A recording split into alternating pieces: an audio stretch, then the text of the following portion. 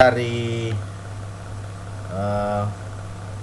pertemuan kita yang pertama itu ada silabus, dimana kita sudah masuk yang kedua sebetulnya, peran manajer proyek ya. Jadi saya masuk ke presentasinya.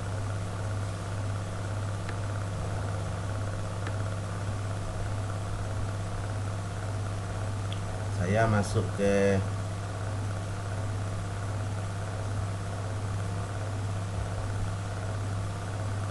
presentasi dari, udah jelas nampak ya layar presentasi saya? Belum, Pak. Oh ya, belum ya. Bentar. Udah ya. Di pertemuan 4. Sini peran manajer proyek ya. Pada pertemuan 4 ini peran manajer proyek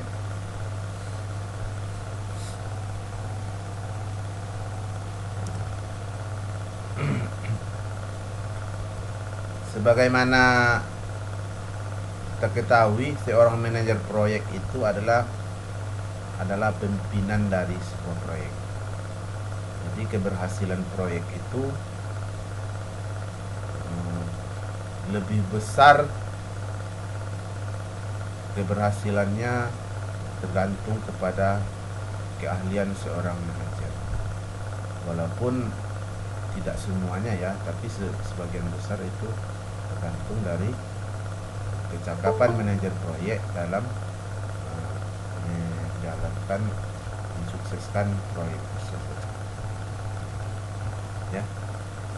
Masih ada yang masuk ya.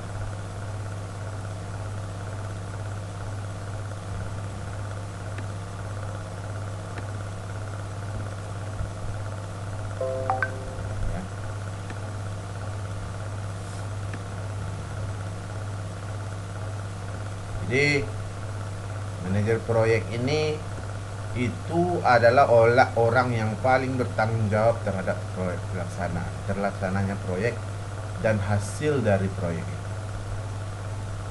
Jadi kalau ada suatu proyek yang ditanya oleh orang tentang hasilnya, itu adalah siapa manajernya, bukan siapa pemilik proyek ya. Dalam proyek sistem informasi yang efektif, manajer proyek harus fokus pada 5 hal. Jadi ini yang dia perhatikan oleh seorang manajer. Yang pertama adalah people. People itu apa? Orang ya. Siapa-siapa aja nanti yang terlibat di dalam proyek ini, baik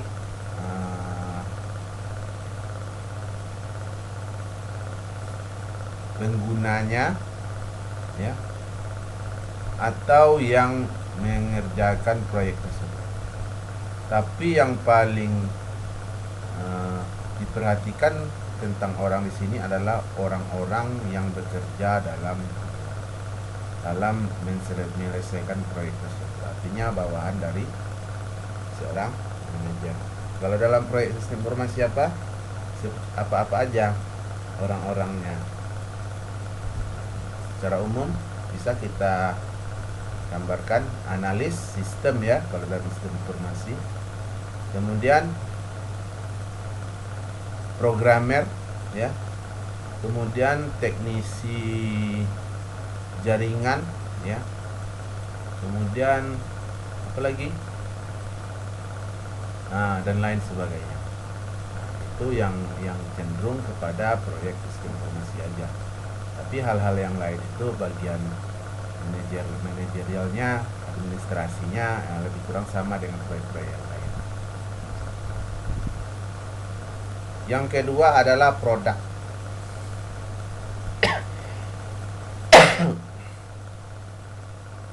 Seperti apa produk yang dihasilkan.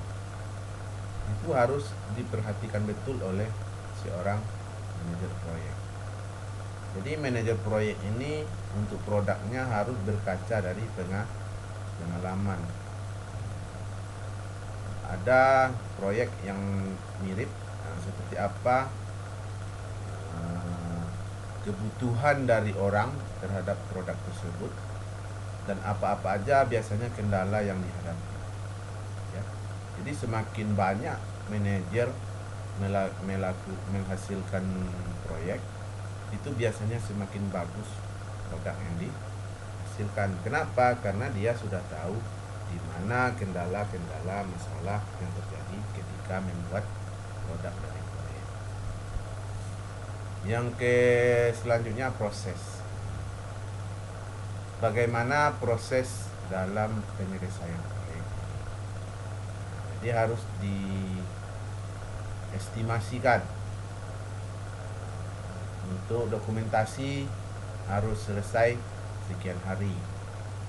Untuk instalasi jaringan dan sistem operasi harus selesai sekian lamanya.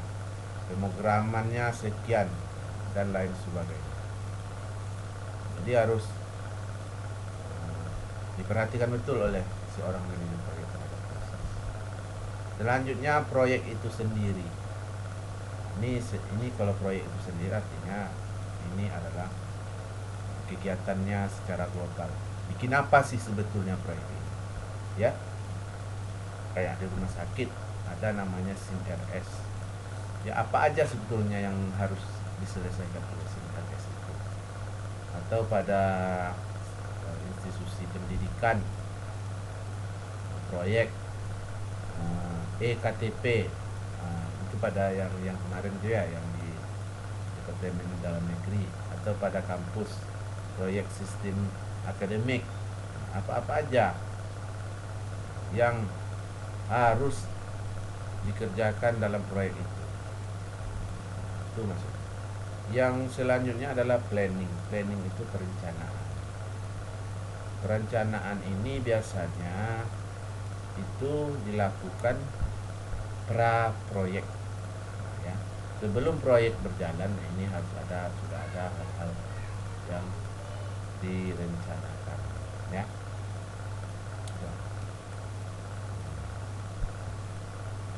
Selanjutnya, hal-hal yang dilakukan oleh seorang manajer proyek. Apa-apa aja yang dilakukan oleh seorang manajer itu ketika dia menjadi seorang manajer dalam proyek sistem informasi. Yang pertama, menerima otoritas dari pihak yang berkompeten. Di sini dapat dipastikan manajer proyek itu harus mendapatkan otoritas yang cukup untuk mengelola sumber daya termasuk anggaran, ya, tanpa melalui birokrasi yang panjang.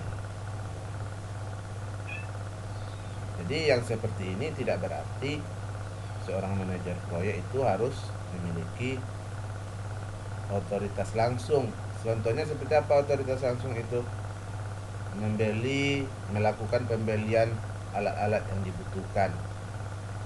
Cuman dia harus punya otoritas untuk meminta, ya, saya butuh ini. Nah, itu maksudnya, ya.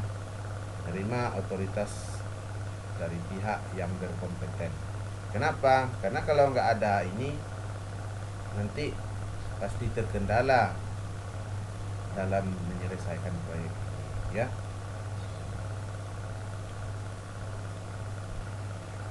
Yang kedua, mendefinisikan dan melakukan review kasus bisnis dan evaluasi dan kontrol secara reguler, ya. Apa gunanya ini? Mendefinisikan untuk meyakinkan klien itu mendapatkan produk yang memang dibutuhkan oleh dia sesuai dengan keinginan dia. Makanya harus dijelaskan, ini kayak gini yang saya buat, kayak gini nanti hasilnya. Proses-proses yang terjadi dalam pemakaian sistem informasi ini seperti ini ya. Jadi ketika proyek ini selesai, apa yang dihasilkan itu memang betul-betul memenuhi keinginan dari klien atau pengguna. Itu gunanya ya.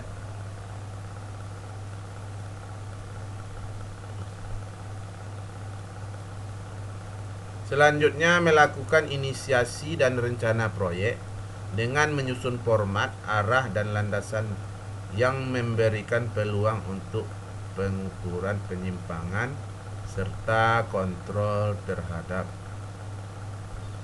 perubahan. Jadi ini untuk apa? Inisiasi.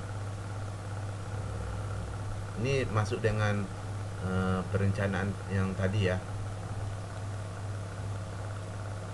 Memberikan gambaran proyek seperti apa rencana yang akan dilakukan, kemudian menyusun format, landasan, memberikan peluang untuk penyelesaian. Maksudnya apabila terjadi pekerjaan yang tidak sesuai dengan rencana proyek itu nanti nampak di sini, makanya harus dibuat semacam laporannya nanti ya, apa yang akan dilakukan. Itu. Yang selanjutnya, bermitra dengan pengguna akhir.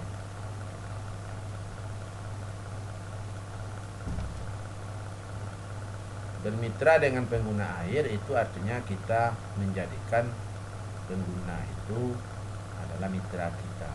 Apa yang mereka minta harusnya kita tampung dan kita carikan solusi penyelesaiannya. Tapi kalau memang itu keluar dari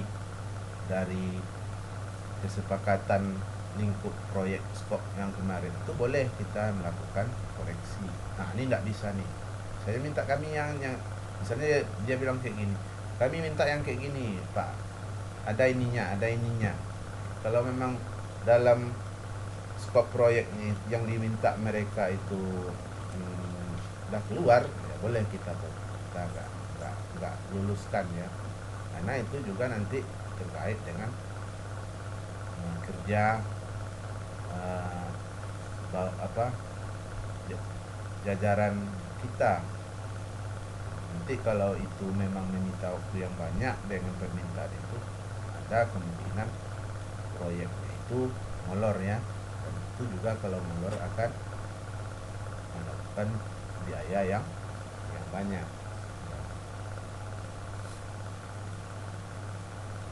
Yang selanjutnya, mengelola teknologi.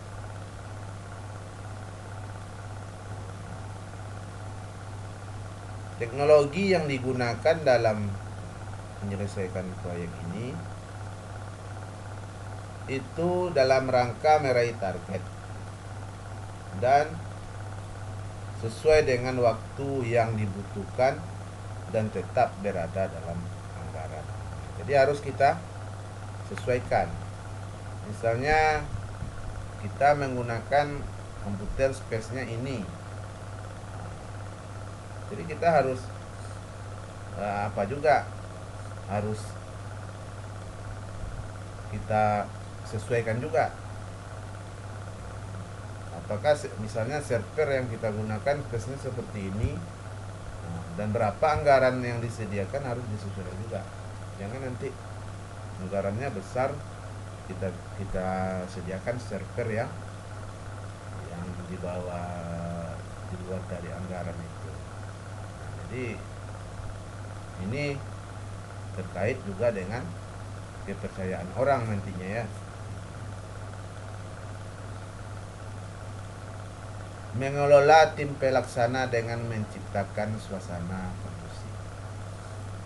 Jadi tim proyek kita harus merasakan suasana yang kondusif dalam menjalankan tugas-tugasnya ya. Jangan terlalu dipaksakan ya, misalnya. Harus sesuai dengan kemampuan mereka. Misalnya karena kita ingin cepat proyek ini selesai biar untungnya besar, nah, kita porsir. Seharusnya pekerjaannya selesai 5 hari, kita suruh mereka mengerjakannya 3 hari. Itu artinya kita menciptakan suasana yang tidak kondusif. Jadi kita tidak boleh seperti itu, ya. Selanjutnya, mampu mengelola keadaan yang tidak menentu. Kalau terjadi perubahan, misalnya yang memberikan proyek itu terjadi perubahan di dalam manajemen mereka, pimpinan dari mitra kita itu berubah atau direksinya berubah, mereka mempunyai sikap-sikap yang berbeda. Nah, hal seperti itu harus kita seorang manajer proyek harus arif dan bijak dengan keadaan yang terjadi seperti itu, ya. Menjaga hubungan dengan klien. Seperti apa kita jaga hubungan dengan klien ini? Ya, dengan memberikan format laporan yang lengkap, jelas, dan formal sebagai apresiasi terhadap hubungan yang saling menghormati dan produktif. Jadi apa yang kita buat hasilnya itu kan dalam bentuk laporan nanti ya dari sistem kita ini. Jadi itu tuh harus lengkap semua. Nah, diserahkan kepada mereka. Seperti ini nanti hasilnya. Jangan ada yang ditutup-tutupi. Karena nanti bisa jadi mereka tidak puas dengan kerja kita dan jajaran kita sebagai seorang manajer. Mengarahkan proyek dengan cara memimpin, memberikan contoh dan motivasi. Seorang pemimpin manajer proyek itu jangan hanya melakukan perintah aja, itu maksudnya ya. Berikan contoh seperti ini harusnya. Dan kasih anggota kita motivasi. Ya. Jadi, seperti apa motivasi? Kalau proyek selesai dan kita sukses, kita nanti akan camping misalnya ya. Camping di Bukit Naang misalnya, atau kita liburan ke Alahan Panjang atau Bukit Tinggi misalnya. Contoh ya. Tentu dengan janji seperti itu mereka termotivasi. Tapi jangan hendaknya janji muluk-muluk aja, nanti kalau sukses nggak jadi diapakan ya. Hanya kita harus sesuai juga dengan kemampuan kita langsung melakukan apa yang kita janjikan, itu ya. Keahlian yang dibutuhkan. Seperti apa keahlian yang dibutuhkan untuk seorang manajer proyek? Seperti ini ya. Ada 4 keahlian. Yang pertama, keahlian personal. Yang kedua, di sini tidak ada nomornya di sini ya. Oh ya, pertama personal, yang kedua teknis ya, yang ketiga manajemen, dan yang keempat penanganan situasi. Jadi ini yang harus dimiliki oleh seorang manajer proyek. Apa aja keahlian personal dia, ya, apa aja keahlian teknis dia, dan apa aja keahlian dalam manajemen dan penanganan situasi. Keahlian personal. Seorang manajer proyek memiliki keahlian personal. Pertama, kepemimpinan. Ini membina hubungan baik antara Anda dengan tim. Anda sebagai manajer dengan tim. Tunjukkan kita punya wibawa. Komunikasi yang baik. Memberikan informasi yang jelas, terang, jujur, dan tak ada yang ditutupi. Ini untuk apapun lawan komunikasi kita harus memiliki sifat ini. Jelas semua informasi yang kita butuhkan. baik untuk tim kita maupun mitra dari proyek kita. Negosiasi, kemampuan negosiasi diperlukan dengan semua yang terlibat langsung ataupun tidak. Negosiasi. Kalau ada perubahan dari proyek, kita harus negosiasi. Bila mana perubahan itu membutuhkan dana yang besar, kita perlu harus negosiasikan. Jangan kita diamkan aja, karena itu nanti bisa menimbulkan kerugian pada kita, ya kan? Yang keempat, mendengarkan. Kita harus mendengarkan apa-apa saja yang disampaikan kepada kita, baik oleh tim kita maupun oleh mitra kerja kita. Yang kelima, membangun tim. Ini mengorganisir ya, menyusun organisasi tim proyek, rekrutmen, memberikan deskripsi tugas, dan kalau perlu mengganti tim yang kinerjanya buruk. Artinya kita membagi-bagi tugas, membagi-bagi tupoksi untuk tim kita. Kamu bagian ini, kamu yang mimpin, ini anggota kamu, ini tugas-tugas kamu. Kamu si B bagian ini, analis. Kamu selesaikan rancangan desain database-nya, desain inputnya, dan lain sebagainya. Ini anggota-anggotanya yang akan membantu kamu. Jadi dan dengarkan laporan dari tim bawah. Kalau ada menurut mereka anggotanya nggak bagus, minta diganti, ya kita harus berani menggantinya, iya kan? Kenapa harus seperti itu? Supaya apa yang kita lakukan itu sesuai dengan hasilnya, sesuai dengan yang kita inginkan dan dengan waktu yang disediakan. Jangan molor nantinya gara-gara timnya yang tidak capai. Ini beberapa cara manajer proyek dalam membangun tim. Seperti yang tadi, yang poin 5 tadi, ada penjelasannya ya. Manage by example. Manajer proyek harus jujur, tidak bertele-tele, berbicara langsung, dan mampu berhadapan dengan yang dipimpinnya.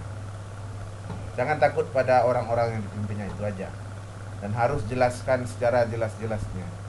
Jangan berbelit-belit ya, memberikan penjelasan pada tim. Sikap yang positif. Apapun situasinya, manajer proyek harus bersikap positif, seperti saat sulit dalam pelaksanaan proyek. Ada saat-saat sulit ketika dalam pengerjaan proyek itu, tetapi ketika kesulitan itu datang, manajer proyek harus selalu memberikan sikap yang tenang ya. Jangan panik. Kenapa? Kalau kita seorang manajer terlihat panik oleh bawahan pasti lebih pesimis lagi. Ini harus positif, artinya tenang ya. Mendefinisikan ekspektasi.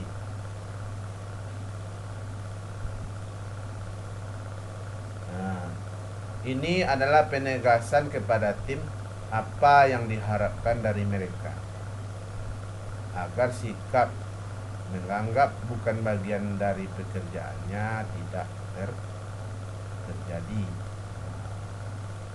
Jadi berikan harapan, berikan harapan kepada mereka, sehingga apa yang mereka kerjakan itu mereka kerjakan dengan tulus, dan mereka tidak ada sikap menganggap pekerjaan itu bukan bagian dari yang harus dikerjakan. Makanya harus dijelaskan di sini, mendefinisikan ekspektasi. Yang keempat, bersikap bijak. Jangan pilih kasih ya. Itu maksudnya bersikap bijak. Ini karena ada anggota proyek masih hubungan keluarga, kita baik. Nah, sementara yang tidak, kita main apa aja, tinggi suara, perintah itu enggak, harus sama semuanya diperlakukan. Bersikap terbuka. Hal ini agar tim respect terhadap manajer proyek, terutama ketika menghadapi kendala dan hambatan. Jadi kalau ada kendala dan hambatan, jelaskan kepada mereka, ini kendala kita, ini hambatan kita sekarang. Dan kalau perlu minta pendapat. Dan kalau memang pendapat mereka itu bagus, kita laksanakan. Dan kalau kita memang bisa mencarikan solusi, kita sendiri yang memberikan solusi. Berikan yang terbaik. Ini maksudnya kita harus mencontohkan kepada mereka bahwa kita memberikan yang terbaik, termasuk saya. Jadi harapan yang kita berikan pada tim itu, tolong kalian berikan yang terbaik. Itu maksudnya ya. Nah, itu keahlian dari manajemen proyek dari segi keahlian personal ya. Yang selanjutnya keahlian teknis.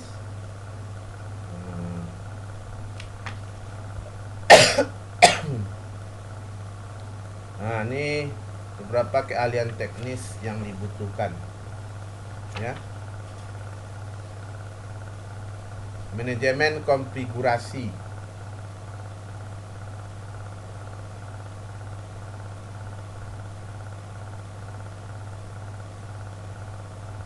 Jadi dalam manajemen konfigurasi ini, kita sebagai manajemen proyek memiliki pengetahuan mengenai prinsip dan metode untuk merencanakan dan mengelola komponen atau integrasi komponen sistem informasi. Ya. Jadi apa-apa aja komponen dalam sistem informasi itu harus kita ketahui. Dan hubungan konfigurasi antara komponen itu memang harus sesuai ya. Apa istilahnya itu? Apa istilah kalau sesuai dalam alat-alat hardware? Jadi antara software dengan hardware itu harus sesuai. Nah, itu tahu kita. Jangan sampai nggak tahu pula. Ya. Selanjutnya manajemen data.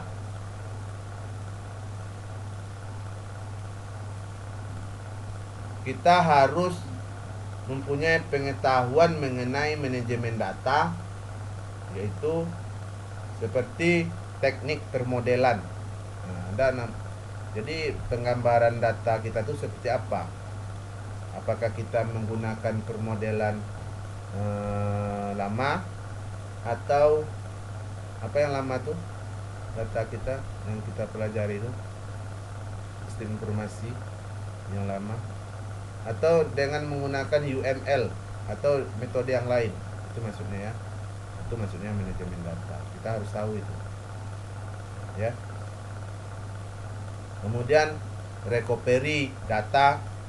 Data dari apa tuh harus kita recovery. Kalau terhapus, kalau bisa dibalikkan. Kemudian mining, data mining. Kita harus punya data mining. Kalau bisa kita bisa menambang data informasi dari data nanti kita harus tahu juga itu ya.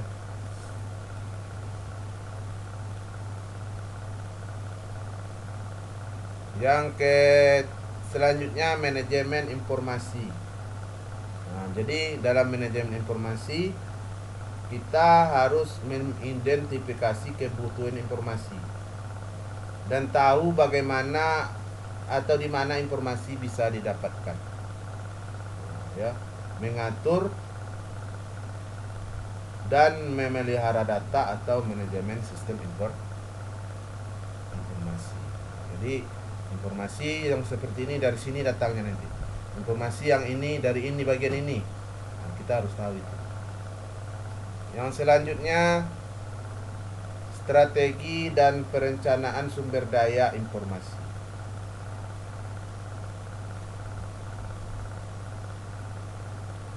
Ya. Pengetahuan di sini yang harus kita miliki adalah pengetahuan mengenai prinsip, metode dan teknik asesmen ya. Perencanaan, manajemen, pemantauan, evaluasi teknologi informasi seperti IT baseline assessment, interagensi fungsional analisis, dan lain sebagainya. Itu strategi sumber daya informasi. Yang kelima, keamanan jaringan. Keamanan jaringan kita harus tahu. Artinya kita harus mengetahui ilmu tentang jaringan, ya. Jangan hendaknya jaringan yang kita pakai di dalam sistem yang kita bangun itu jaringan yang rentan terhadap penyusupan. Jadi kita harus tahu ini kayak gini topologinya, kayak gini. Yang kayak gini topologinya harus aman. Kemudian subnetting penomoran IP address-nya seperti ini. Apakah pakai DHCP atau tidak? Kita harus tahu kelemahan dan kekurangan dari penomoran alamat jaringan dan lain sebagainya. Pokoknya yang berkaitan dengan jaringan kita harus tahu, ya, karena ini berhubungan dengan keamanan. Yang keempat, arsitektur teknologi informasi. Pengetahuan mengenai metodologi arsitektur yang digunakan dalam desain dan pengembangan sistem informasi. Nah, ini sama dengan yang lebih kurang mirip dengan yang nomor 2 tadi, ya. Yang keempat, penilaian kinerja teknologi informasi.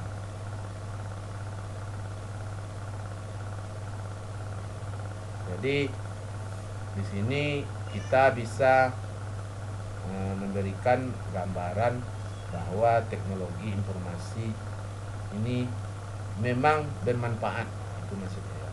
Penilaian ini gunanya memang bernilai tinggi, memang membantu dalam segi pekerjaan. Itu. Yang ke-8, desain infrastruktur. Pengetahuan mengenai arsitektur dan topologi hardware, software, dan jaringan. Infrastruktur yang kita bangun itu seperti apa harus kita tahu. Nah, seperti apa struktur hardware yang kita gunakan, softwarenya apa aja, dan seperti apa topologi jaringannya. Kemudian integrasi sistem. Ini pengetahuan mengenai prosedur untuk instalasi, integrasi, dan optimasi komponen-komponen sistem informasi. Jadi komponen-komponen yang kita satukan itu kita harus tahu bahwa memang ini berjalan dengan baik. Nah, itu maksudnya. Kemudian siklus hidup sistem. Nah, kita harus mengetahui pengetahuan tentang siklus hidup sistem. Seperti apa itu siklus hidup. Ini yang kita pelajari dulu di mata kuliah analisa dan perancangan perangkat lunak, ya. Ada namanya siklus itu SDLC. Ada apa lagi itu banyak tuh, Simplex apa ada waterfall model dan lain sebagainya, ya. Kemudian pemahaman teknologi. Kita harus memahami teknologi yang kita gunakan. Apakah teknologi itu dari segi DBMS yang kita gunakan, bahasa pemrograman yang kita gunakan, kemudian jaringan, dari segi hardware dan lain sebagainya. Nah, kita harus tahu ini. Tidak mesti detail pengetahuan tentang ini, ya, tapi harus tahu sedikit banyaknya. Karena kalau ada kendala di sana, kita harus tahu bagaimana solusi ketika kendala itu datang. Jadi itu, ya, kendala apa tadi, keahlian teknis, ya.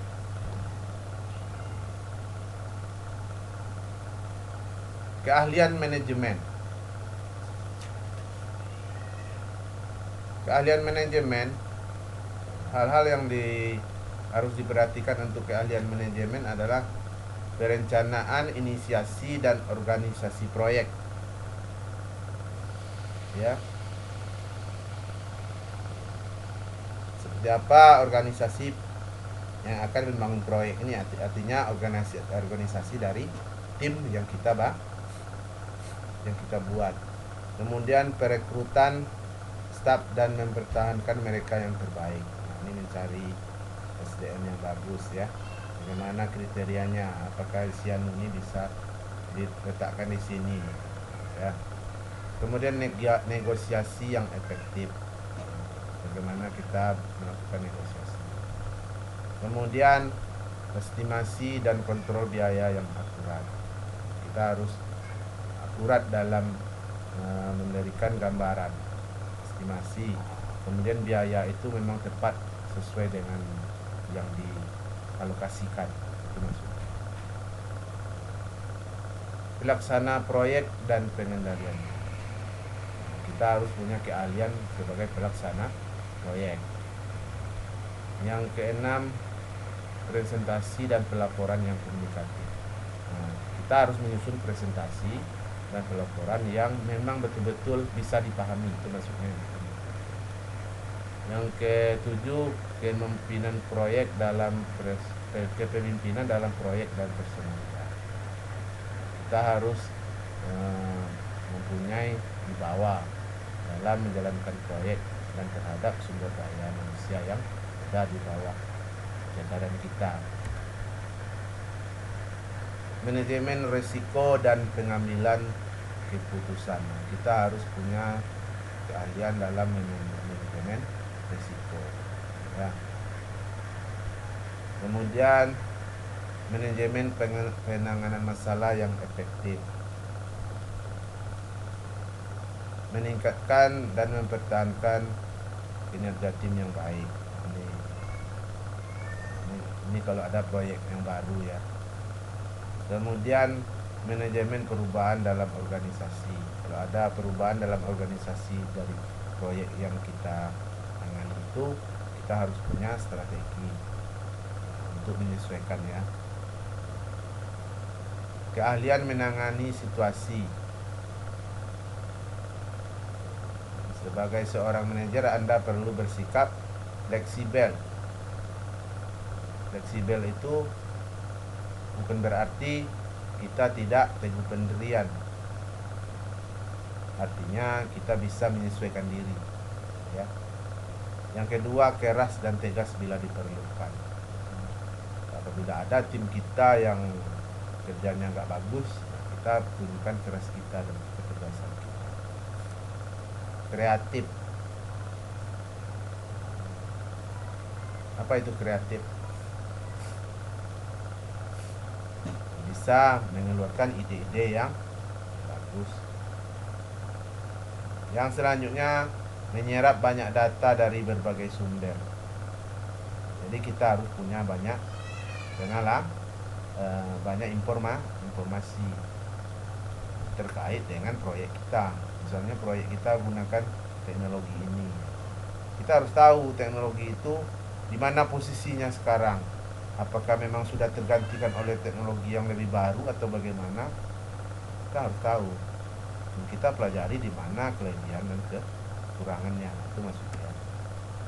Sabar, tetapi bisa membedakan antara kesabaran dan melakukan tindakan. Yang keenam, mampu menangani tekanan yang terus-menerus yang sering terjadi. Kalau memang ada dalam proyek ini, karena itu ada target, tentu pasti ada tekanannya. Ketika tekanan itu datang, kita harus mampu menghadapinya dan menangani, ya. Nih, tugas tanggung jawab seorang manajer proyek. Pertama, melakukan perencanaan terhadap segala aspek yang berhubungan dengan proyek. Ini jelas nih, ya. Kemudian implementasi rencana proyek untuk memenuhi tujuan proyek. Jadi implementasi rencana proyek untuk memenuhi tujuan proyek ini, pertama lakukan perencanaan, yang kedua melakukan implementasi. Yang ketiga, koordinasi dan integrasi aktivitas proyek. Jadi tim-tim yang bekerja di bawah kita itu harus senantiasa berkoordinasi dan berkomunikasi, ya. Jangan berjalan tim ini bekerja tanpa memperhatikan tim yang lain. Jadi harus ada koordinasi, ya. mengelola dan memimpin serta mengatur sumber daya proyek. Apa aja yang disediakan oleh sponsor harus kita gunakan secara bijak ya. Jangan sediakannya kertas, jangan buang-buang aja, jangan boros ya. Contohnya seperti itu. Memantau aktivitas dan sumber daya proyek untuk mitigasi risiko. Ini artinya pengontrolan ketika proyek berjalan ya. Melakukan implementasi proses quality assurance. Implementasi proses quality assurance artinya kita harus melakukan proses pemeriksaan terhadap produk yang kita hasilkan. Apakah seperti apa kualitasnya? Jangan banyak errornya, itu contohnya. Misalnya kita bikin program tapi errornya banyak, itu artinya itu kita mengabaikan yang ini, quality assurance. Melakukan perbaikan, pemecahan masalah atau pengambilan tindakan koreksi manakala masalah. Kalau ada masalah kita cepat lakukan koreksi ya.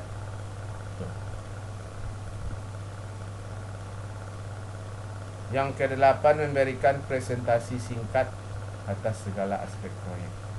Ini jelas ya. Seperti apa aja aspek-aspek yang berkait dengan proyek kita, berikan presentasi. Kualitas manajer proyek, berbagi inspirasi visi, komunikator yang baik, integritas, antusias, empati, kompeten, mampu mendelegasikan tugas, mampu bekerja di bawah tekanan, mampu membangun tim. Ini secara umum bahasa-bahasa ini bisa lah mungkin kalian ya. Mampu menyelesaikan masalah.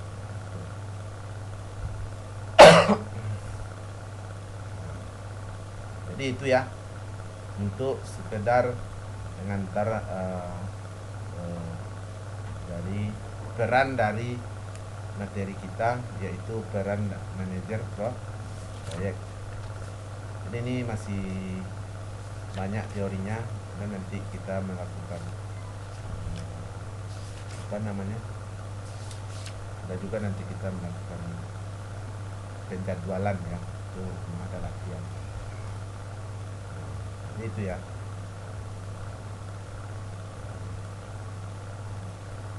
Sampai situ ada yang perlu ditanyakan?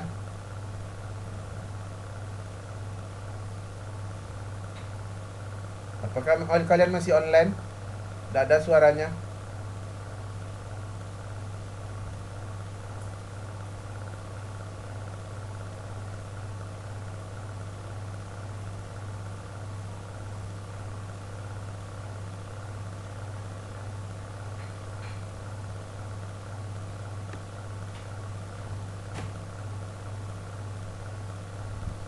Jadi seperti itu ya.